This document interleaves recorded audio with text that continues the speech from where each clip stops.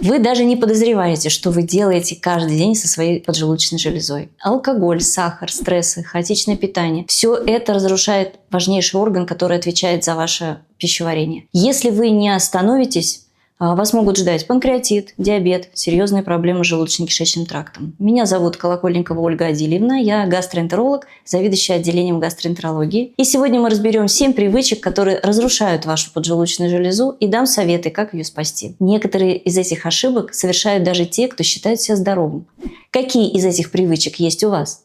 Напишите в комментариях. Первая привычка – это избыточное употребление сахара и простых углеводов. Да, конечно, и булочки, и печеньки, и бесконечное употребление зефира, выпечек и конфет приводят к тому, что поджелудочная железа заполняется жиром и рано или поздно перестанет нормально работать. Но самый такой опасный продукт, потому что он продается под видом очень здорового, это фруктовые соки, в котором огромное количество сахара, мало клетчатки. Я считаю, что большой вред для поджелудочной железы. Вместо быстрых углеводов лучше сложные углеводы, поэтому мы всегда призываем, во-первых, фрукты и овощи употреблять целиком, для того, чтобы там была клетчатка. Больше употреблять каш, которые содержат сложные углеводы. Если уж вы едите хлебобулочные изделия, то ешьте, пожалуйста, хлеб с отрубями или смешанные злаковые сорта хлеба.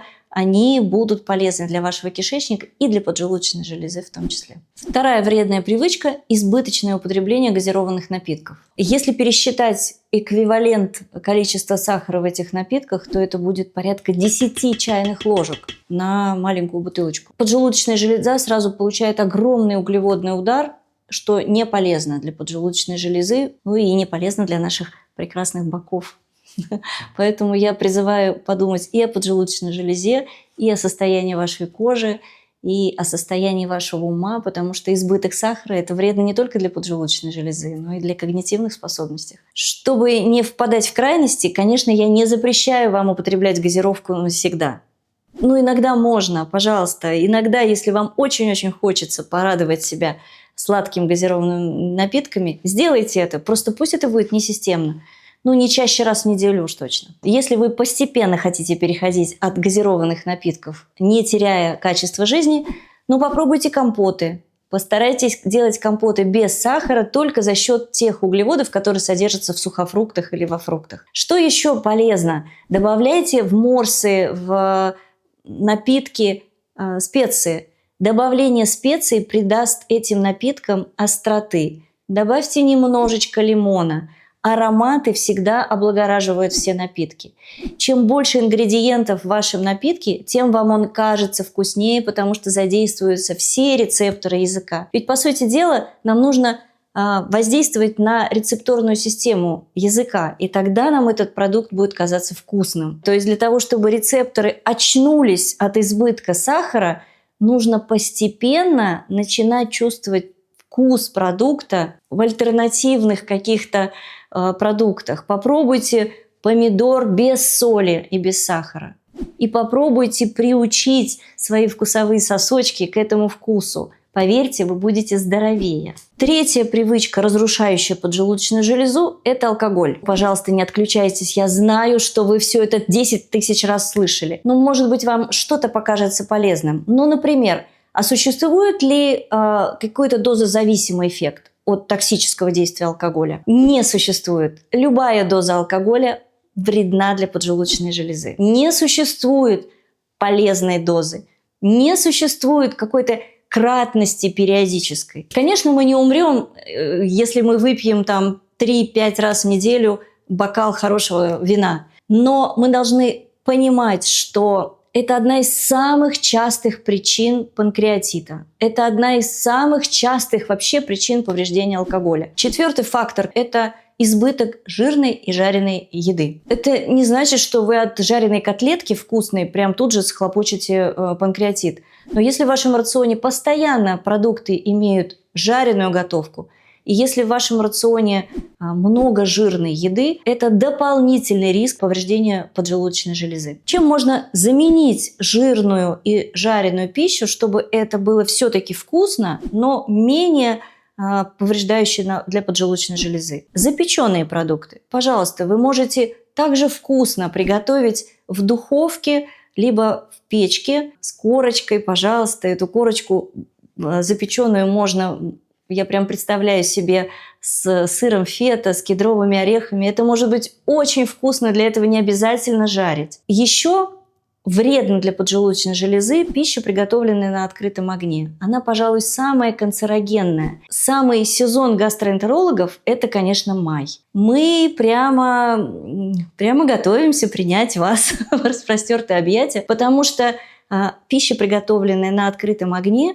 она обладает довольно высокой канцерогенностью. И даже если жир стекает, пары вот этого стекающего жира, испаряющиеся, они все равно впитываются в мясо, в овощи, которые вы приготовили на гриле. Поэтому едой, приготовленной на гриле, не злоупотребляйте. Поэтому давайте мы с вами договоримся. Можно иногда съесть вкусную жареную котлету. Можно, конечно, 9 мая сходить на шашлыки.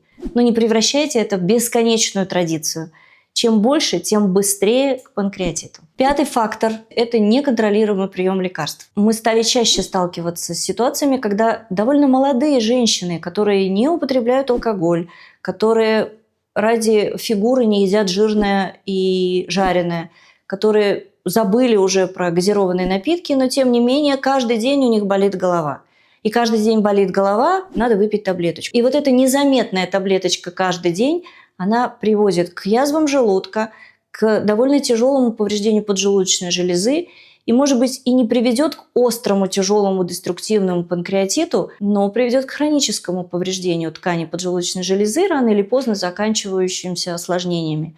Поэтому любые препараты, любые, могут вызывать фиброз, ожирение и прямое токсическое повреждение поджелудочной железы. Любая таблетка, которую вы принимаете бесконтрольно, не в соответствии с рекомендациями врача, может навредить вашему здоровью. Поэтому, пожалуйста, спросите у врачей, можно ли, как часто, зачем, может быть, надо причину устранить, и тогда вы будете здоровы. Ну и, конечно, не следует забывать, что огромное употребление БАДов тоже может повреждать и печень, и поджелудочную железу. 6-я привычка – употребление пищи, которая повышает уровень холестерина. Это животные жиры, это жирное мясо, это сметана, животное масло сливочное, это продукты приготовленные, там колбасы, сосиски, копчености. Все эти продукты повышают уровень холестерина, и в частности, меня сейчас больше волнует уровень триглицеридов, потому что высокий уровень триглицеридов напрямую повреждает поджелудочную железу.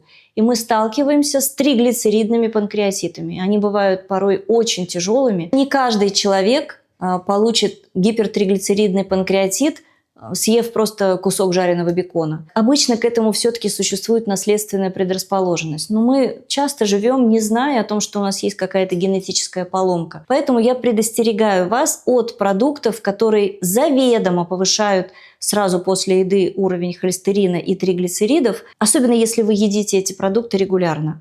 В этом случае вы можете повредить свою поджелудочную железу. 7-я привычка – нерегулярное питание. Здесь очень много мифов вокруг этой темы ходит, но факт остается фактом. Наш желудочно-кишечный тракт хронозависим. То есть он очень сильно зависит от времени суток, от нашего расписания. Правильно работающая поджелудочная железа, правильно работающий желчный пузырь, хорошо синхронно работающий кишечник – это всегда пища, принимаемая в определенное время. Тогда, когда существует вот эта вот предрасположенность переварить ту или иную пищу. Самое правильное питание – это все-таки трехразовое питание с большим интервалом между ужином и завтраком. Мифов много. Существует мнение о том, что поджелудочная железа любит частое дробное питание, каждые 2,5-3 часа. Если у вас дефицит веса, если вы недавно перенесли какую-то тяжелую операцию, если у вас тяжелая панкреатическая недостаточность, если другие какие-то болезни, я могу на какое-то время смириться и разрешить вам